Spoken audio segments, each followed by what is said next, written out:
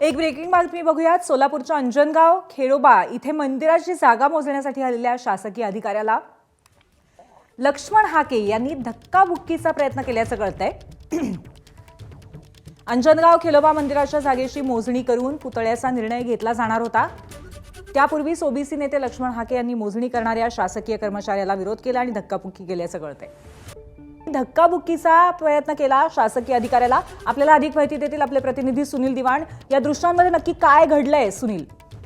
प्राची, आता या जागेचा गेल्या 3 दिवसापासून जो काही वांद चालू आहे त्याच्या मोजणी, सरकारी मोजणी करायचं ठरलं होतं आणि हा पुतळा नेमका कोणाच्या जागेत आहे, धनगर समाजाच्या मंदिराच्या जागेत आहे की सरकारी जागेत, यासाठी मोजणीला ज्यावेळी अधिकारी आले त्यावेळेला हाके यांनी या अधिकाऱ्यांना मोजणी करू न देता धक्काबुक्की करण्याचा प्रयत्न केला, जेणेकरून ही मोजणी होऊ नये असा त्यांचा प्रयत्न होता। वास्तविक दोन्ही बाजूंनी पहिल्यांदा या मोजणीला तयारी दाखवली होती, स्थानिकांची तयारी होती, मात्र बाहेरून जी नेते मंडळी आले त्यांच्यामुळे हे वातावरण परत एकदा चिघळत चाललेलं आहे आणि हे हाके यांच्या आत्ताच्या भूमिकेवरून दिसून आलेलं आहे। हाकेंनी थेट या अधिकाऱ्यांना धक्काबुक्की करून ही मोजणी थांबवलेली आहे। त्यानंतर मात्र पोलीस अधीक्षक अतुल कुलकर्णी यांनी सर्व अधिकारी आणि धनगर समाजाच्या प्रतिनिधींना बोलवून कडक सूचना द्यायला सुरुवात केलेली आहे।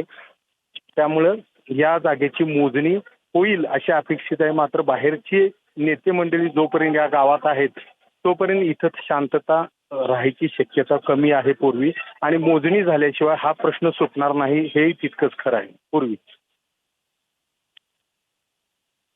लक्ष ठेवून असू। धन्यवाद आपण दिलेल्या माहितीबद्दल।